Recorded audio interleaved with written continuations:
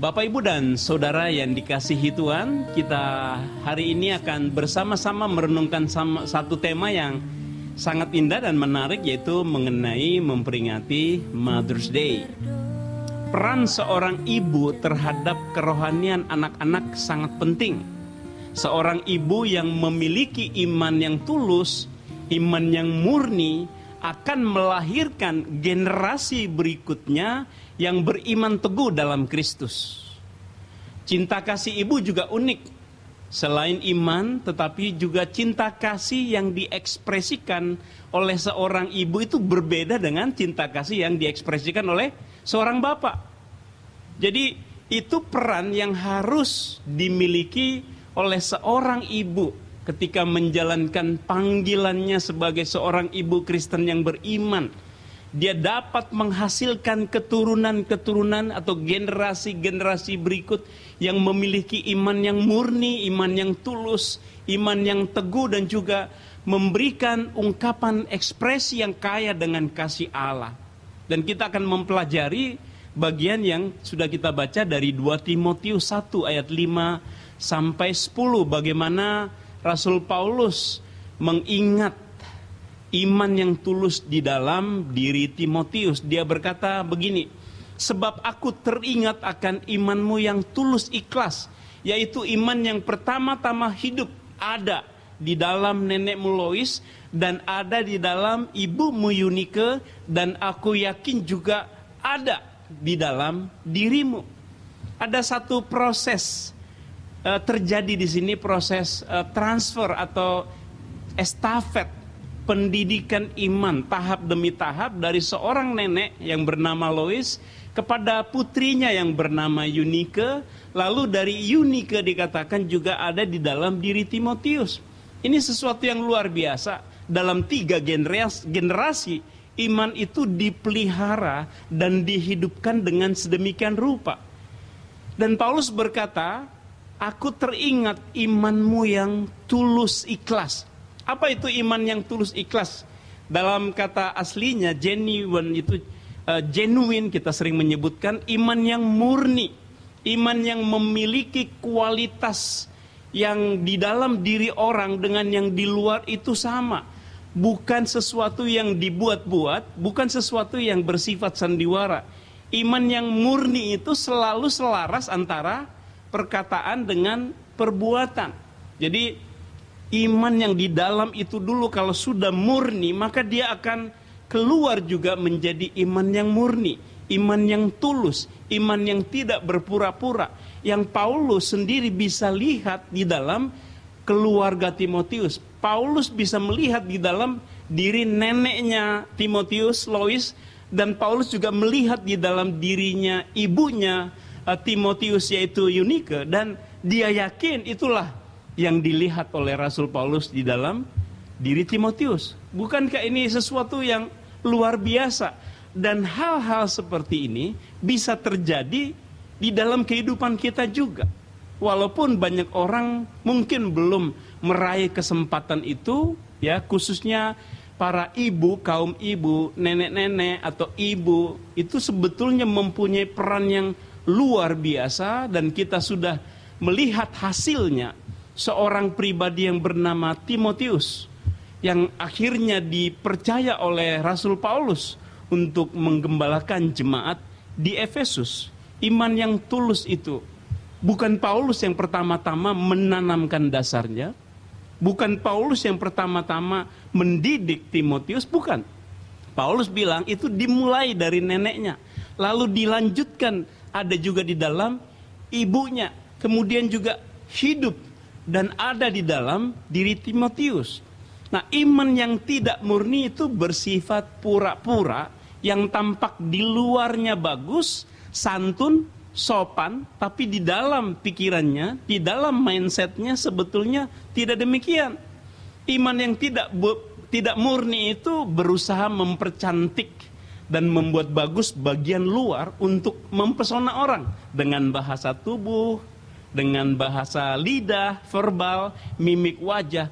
Kelihatannya juga kata-katanya berhikmat, tetapi untuk menipu juga bisa membuat orang hanya terpesona saja. Nah, saudara, antara kata dan perbuatan bagi orang-orang yang memiliki iman yang tidak tulus dan tidak murni itu tidak selaras. Tetapi kita sebagai orang Kristen harus memiliki iman yang tulus, iman yang murni, iman yang sejati. Dan itu harus dilatih, harus dihidupkan di dalam keluarga kita. Maka Paulus di dalam ayat 6, 2 Timotius 1 ayat 6 dia berkata, karena itu kuperingatkan engkau untuk mengobarkan karunia Allah yang ada padamu oleh penumpangan tanganku atasmu.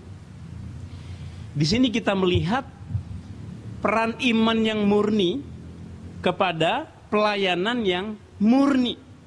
Motivasi yang murni akan menghasilkan pelayanan yang murni. Ya, orang Kristen jangan menyangkali kejujuran, tetapi harus menyangkal diri, menyangkal segala hawa nafsu dan keinginannya. Jika iman seseorang tidak murni, bisakah iman seseorang tidak murni? Kalau iman, kita harus membedakan antara iman yang pertama-tama dianugerahkan Allah kepada kita, yaitu iman yang menyelamatkan. Iman yang membuat kita mampu meresponi anugerah Tuhan. Tetapi dari iman yang diberikan Allah kepada iman yang kita harus lakukan dalam kehidupan kita sehari-hari adalah iman yang memerlukan respon ketaatan kita dan ketundukan kita kepada Tuhan. Nah, disitulah kita harus memiliki kejujuran. Disitulah kita harus memiliki ketulusan. Bisa saja orang motivasinya dalam melayani bermacam-macam. Seringkali kita dengar kalimat, jangan mencuri kemuliaan Tuhan ya. Bahkan ada yang sampai berdoa, Tuhan jangan ada yang mencuri kemuliaan dalam ibadah ini, begitu. Karena ya ada sensitivitas tertentu atau ada niat-niat orang tertentu mencari pujian dalam ibadah.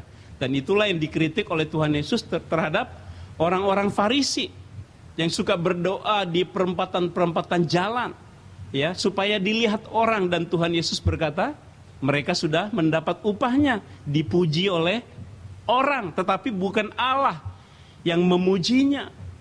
Ya, buat apa dipuji oleh manusia sebagai orang yang hebat dalam pelayanan, tapi buat Tuhan adalah kepalsuan. Nah, saudara, kita tidak boleh demikian. Sebagai orang Kristen, kita harus juga murni dalam iman kita. Jadi dikatakan iman yang murni itu dikatakan harus mengobarkan karunia pelayanan yang sudah ada dalam diri kita. Masing-masing kita punya karunia, punya talenta yang bisa dipersembahkan kepada Allah. Maka kita juga harus mendasarinya dengan iman yang murni, motivasi yang tulus, dengan kerendahan hati. Nah, saudara-saudara, iman yang tidak murni akan merusak pelayanan. Setuju Bapak Ibu dan saudara sekalian? Iman yang tidak murni akan merusak semua pelayanan dan merusak diri orang yang melayani sebab dia berpura-pura atau mempunyai motivasi yang tidak benar. Tetapi motivasi yang baik, iman yang tulus dan murni akan membuat pelayanan itu menjadi berkat yang sangat besar bagi banyak orang. Itulah yang didorong oleh Paulus supaya dibakar, dikobarkan di dalam pelayanan yang akan dikerjakan oleh Timotius. Bagaimana kita melihat kehidupan daripada Timotius? Berhasilkah dia? Tentu saja, saudara. Paulus menjadi murid yang luar biasa, menjadi murid Paulus yang luar biasa, menjadi murid Kristus dan pelayan Kristus yang luar biasa. Nah, kemudian di ayat 7, Rasul Paulus berkata, sebab Allah memberikan kepada kita bukan roh ketakutan, melainkan roh yang membangkitkan kekuatan, membangkitkan kasih, dan membangkitkan ketertiban. Nah, saudara, kita memiliki modal yang sangat kuat, kita memiliki alasan yang sangat kuat untuk mengobarkan pelayanan kita, untuk giat dalam pekerjaan Tuhan, untuk giat melayani Tuhan dan melakukan semua pelayanan yang terbaik yang bisa kita lakukan. Karena apa? Allah memberikan kepada kita bukan roh ketakutan, di dalam diri kita sudah berdiam Roh Kudus. Jadi roh kita sudah harusnya juga dikuatkan oleh kehadiran Roh Kudus itu, dan dikatakan Roh Allah juga lebih besar daripada roh yang ada dalam dunia ini. Dan roh itu dikatakan bukan memberikan ketakutan, bukan roh yang takut, bukan roh yang kecil, tapi roh yang besar. Dan dia akan membangkitkan kekuatan, membangkitkan kasih, dan membangkitkan ketertiban. Ketertiban dalam bahasa aslinya di Alkitab adalah penguasaan diri. Nah saudara, ada kekuatan, ada kemampuan yang Tuhan berikan dan Allah Roh Kudus berikan bagi kita untuk berbuat baik, untuk melakukan yang terbaik dalam semua pelayanan kita, dalam semua aspek hidup kita. Modalnya sudah ada, modalnya sangat besar. Sekarang yang diperlukan adalah saya dan saudara mau tunduk, mau taat, mau mengobarkannya. Dan juga dikatakan membangkitkan kasih. Roh yang ada di dalam diri kita membangkitkan kasih. Tadi yang saya katakan, kasih seorang ibu itu berbeda dengan kasih seorang bapak. Ungkapannya, ekspresinya, hasilnya itu dirasakan berbeda oleh anak-anak. Ya, seorang bapak tentunya punya kasih yang berbeda juga. Wibawa ada di sana, kekuatan kepemimpinan juga ada di sana, cinta kasih seorang ayah juga berbeda. Ada juga yang begitu indah dan begitu bagus. Tetapi seorang ibu juga mempunyai keunikan, dan kasih itu harus diekspresikan. Modalnya apa? Sekali lagi ayat 7 mengatakan roh yang ada dalam diri kita.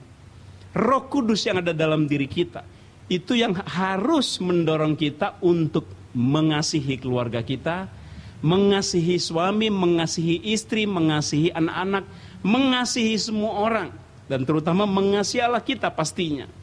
Dan juga dikatakan roh itu memunculkan atau membangkitkan penguasaan diri. Sebab tanpa penguasaan diri itu yang disebut kita mungkin akhirnya gagal fokus. Maksudnya apa? Gagal fokus ya kita bisa melakukan banyak kegiatan tapi mencari pujian, mencari kesenangan bagi diri sendiri. Akhirnya tidak murni. Maka kita harus selalu fokus kepada Allah, fokus kepada kekuatan yang Allah sediakan di dalam Roh Kudus, dan harus tunduk, harus setia, dan harus menerima dan mengerjakan pelayanan itu di dalam kekuatan Allah. Ingat, kita memiliki Roh Kudus, roh yang membangkitkan kekuatan, membangkitkan kasih, dan membangkitkan ketertiban atau penguasaan diri. Maka di ayat 8 Paulus berkata, jadi kalau memang kita sudah punya kekuatan roh, janganlah malu bersaksi tentang Tuhan kita. Dan janganlah malu karena aku seorang hukuman, karena Rasul Paulus sedang dipenjara. Melainkan ikutlah menderita bagi Injilnya oleh kekuatan Allah. Nah saudara-saudara, apakah saudara malu menyaksikan Kristus yang mati di kayu salib? Sebab bagi dunia, salib itu adalah kebodohan. Bagi dunia, salib adalah sesuatu yang memalukan. Banyak khotbah-khotbah di YouTube yang nyinyir, masa Tuhannya disalib, masa hanya pakaian dalam, masa rambutnya gondrong, macam-macam. Itu pikiran-pikiran naif karena dalam keberdosaan mereka, dalam ketidaktahuan mereka, dalam ketidakberuntungan mereka, karena mereka tidak mendapat anugerah, mereka tidak mengenal siapa Yesus Kristus, atau mereka belum menerima anugerah itu sehingga mereka bisa berkata demikian. Orang-orang Yahudi juga yang menyalibkan Tuhan Yesus, imam-imam ahli Taurat, orang Farisi, mereka juga adalah orang-orang yang bukan hanya nyinyir, bahkan menghujat Yesus ketika disesah, bahkan ketika disalibkan. Tetapi Tuhan Yesus mengampuni mereka, bukan? Tuhan Yesus memberi pengampunan kepada mereka karena mereka tidak tahu apa yang mereka perbuat. Tetapi kita juga melihat hasil doa dari Tuhan Yesus. Dalam Kisah Rasul dikatakan sebagian besar daripada para imam itu bertobat dan percaya kepada Tuhan Yesus. Maka janganlah malu bersaksi tentang Tuhan kita. Jangan malu bercerita. Jangan malu sharing pengalaman masing-masing bagaimana kita diselamatkan. Ayat apa yang menyentuh Bapak, Ibu, dan Saudara sehingga suatu kali mengambil keputusan bertobat dan merasa diri sebagai orang yang beruntung diselamatkan? Saksikan kepada orang dengan cara yang sederhana. Orang juga bisa mendengar, dan hanya kekuatan Roh Kudus yang membuat kesaksian kita juga akan bekerja. Dan jikalau sampai orang bisa bertobat dan percaya pada Yesus, bukan karena perbuatan kita, tetapi karena pekerjaan Roh Kudus. Dan dikatakan jangan malu karena aku. Rasul Paulus pun akhirnya dipenjara karena banyak sekali melakukan pelayanan-pelayanan. Dan siapa yang memenjarakan Paulus? Orang-orang Yahudi juga. Orang-orangnya sama. Tokoh-tokoh agama yang merasa tersingkir. Tokoh-tokoh agama yang merasa dirinya dirugikan oleh pelayanan Paulus, dan tokoh-tokoh agama yang menolak kebenaran firman Tuhan. Nah saudara, Paulus dihukum tapi dikatakan, jangan engkau malu karena aku Bapa rohanimu sedang dihukum. Ikutlah menderita bagi Injilnya oleh kekuatan Allah. Sekali lagi Bapak, Ibu, dan Saudara sekalian, kekuatan Allah, bukan kekuatan kita, bukan hikmat kita, bukan kepandaian kita. Selalu berdoa, selalu rendah hati, selalu peka meminta tuntunan Roh Kudus ketika kita mengerjakan semua pelayanan-pelayanan yang kita lakukan. Memiliki iman yang murni, motivasi yang murni, memiliki Roh Kudus, itu modal yang sangat kuat bagi kita. Dan apalagi yang dijanjikan oleh Allah.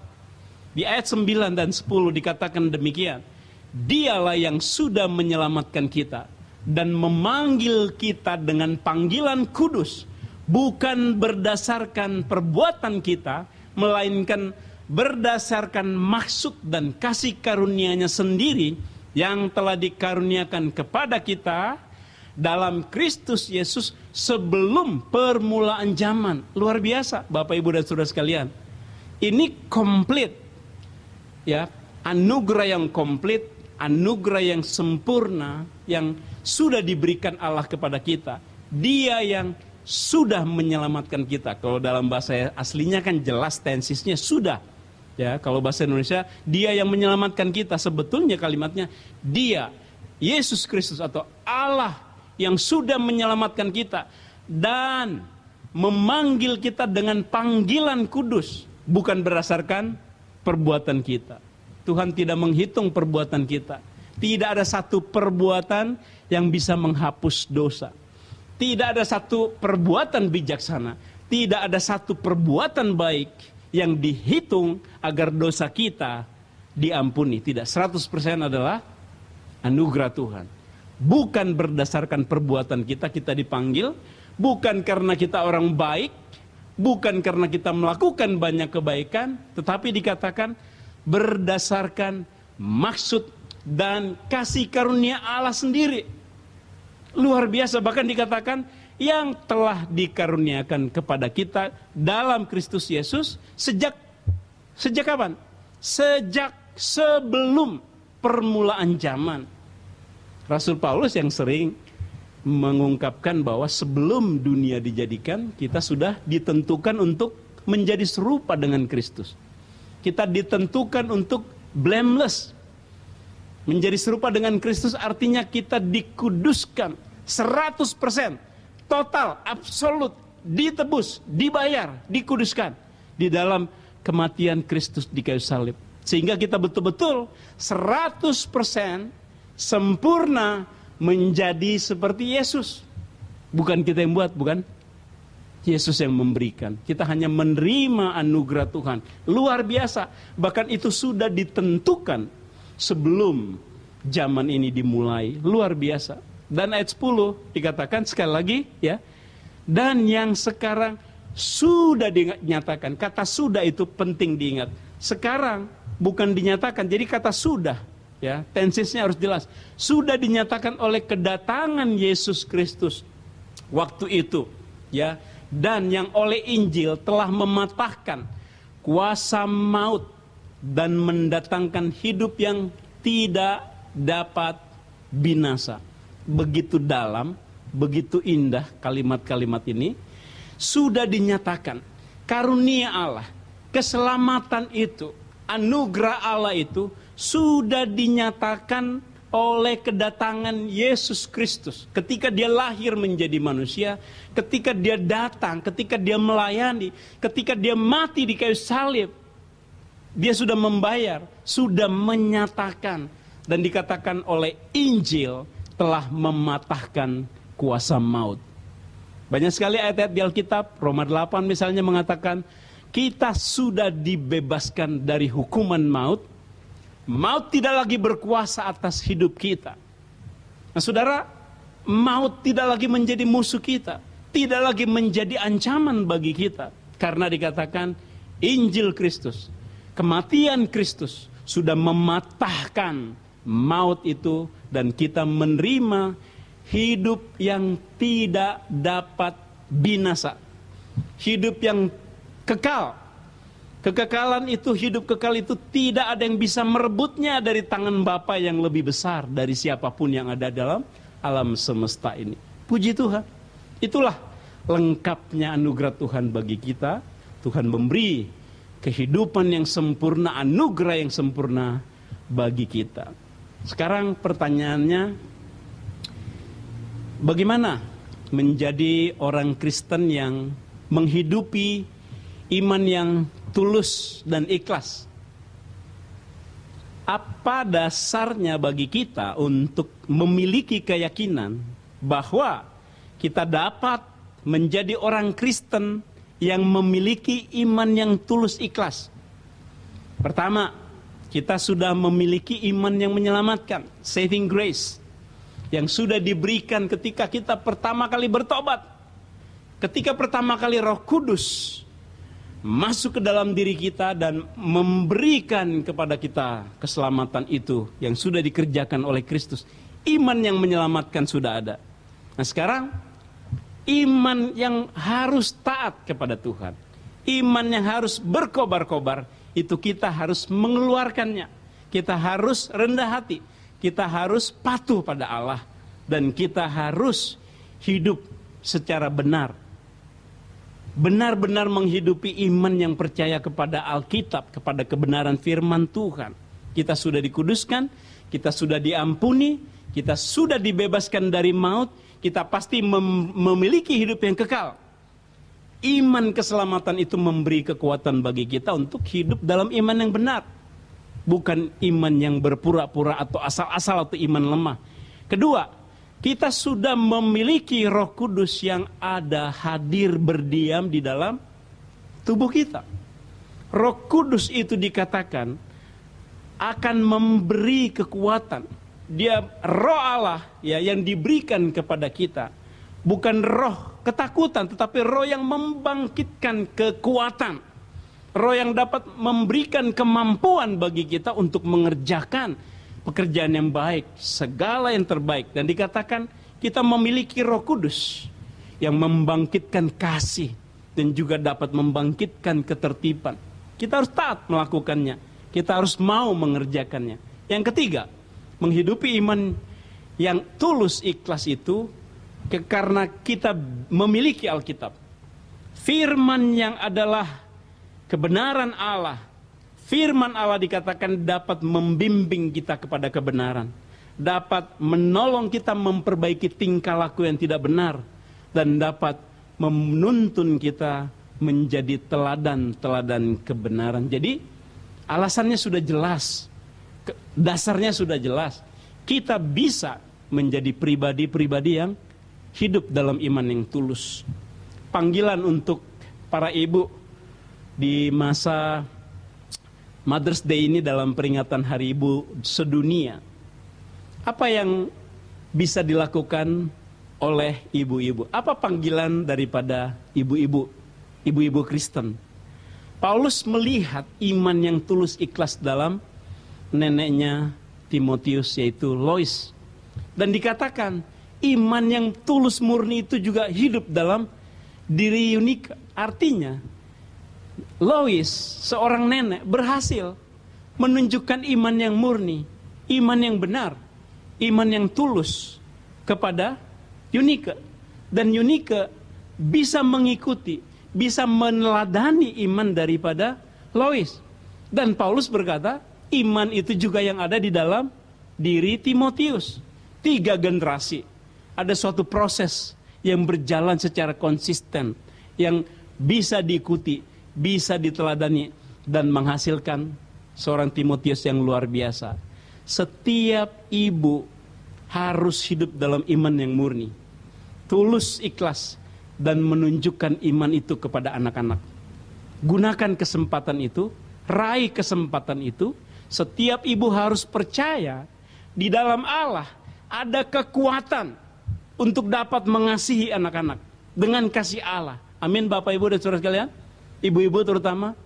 Allah akan memberikan kekuatan itu untuk menjadi ibu yang hidup dalam iman yang tulus, yang murni. Panggilan untuk menjadi seorang ibu yang beriman, yaitu menyatakan kasih Kristus. Ibu-ibu bersukacitalah atas panggilan itu. Panggilan itu begitu indah. Generasi muda gereja membutuhkan ibu-ibu yang menghidupi iman yang tulus. Amin.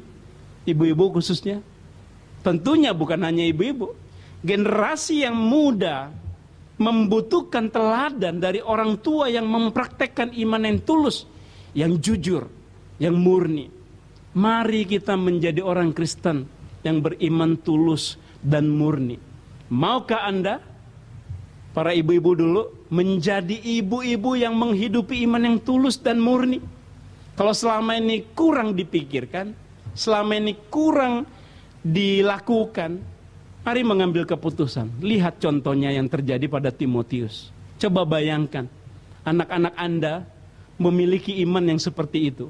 Coba bayangkan, anak-anak kita memiliki iman yang kuat dan teguh dalam Kristus. Betapa luar biasanya masa depan gereja. Betapa luar biasanya kekristenan. Jikalau ibu-ibu dapat menghasilkan generasi-generasi yang beriman seperti Timotius. Kita banyak melihat contoh di Alkitab.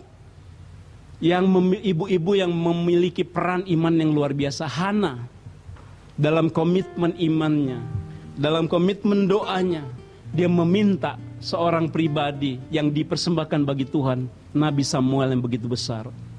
Abigail adalah seorang wanita yang bijaksana yang menggagalkan rencana pembunuhan daripada Daud, karena Nabal suaminya menolak menolongnya ketika mereka sedang dalam pelarian. Dan di dalam Amsal 31 bagian terakhir juga dikatakan seorang wanita bisa begitu sangat baik, sangat bijaksana mengatur rumah tangganya, mengasihi suaminya, mengasihi anak-anaknya, bahkan juga bisa melakukan bisnis yang menguntungkan. Di dalam Alkitab, perempuan-perempuan banyak yang selalu menyertai pelayanan Tuhan Yesus. Maria ibu Yesus pun sampai akhir hidupnya selalu menyertai pelayanan Yesus. Dan perempuan-perempuan yang lain juga ada tertulis. Demikian juga dengan pelayanan Paulus. Ada kaum-kaum ibu juga yang menopang, yang menyertai pelayanan Paulus. Dan kita melihat yang pada bagian yang kita baca dalam 2 Timotius 1, contoh dari Eunike. Bapak, Ibu, dan saudara sekalian, suatu kali seorang anak ditanya oleh gurunya, kalau ibu kamu bikin pancake 4, kamu, papa, mama, kakak kamu sama kamu dapat pancake berapa? 2. Oh, kamu salah ngitung? Enggak. Mama selalu bilang mama nggak suka pancake. Kenapa? Karena mamanya maunya pancake itu buat saya. Jadi saya dapat 2. Itulah salah satu ekspresi daripada cinta kasih ibu. Dalam banyak hal bisa diekspresikan. Keramahan, kelemah lembutan, ketulusan, kemurnian, kerajinan baca Alkitab, kerajinan berdoa, kerajinan memuji Tuhan dan sebagainya. Suatu kali ada seorang remaja yang memiliki seorang ibu yang tangannya itu cacat, jelek kelihatannya. Setiap kali dia diajak belanja ke supermarket, selalu dia minta ibunya tutup pakai shawl. Dan kadang-kadang dia menghindar berjalan bersama dengan ibunya.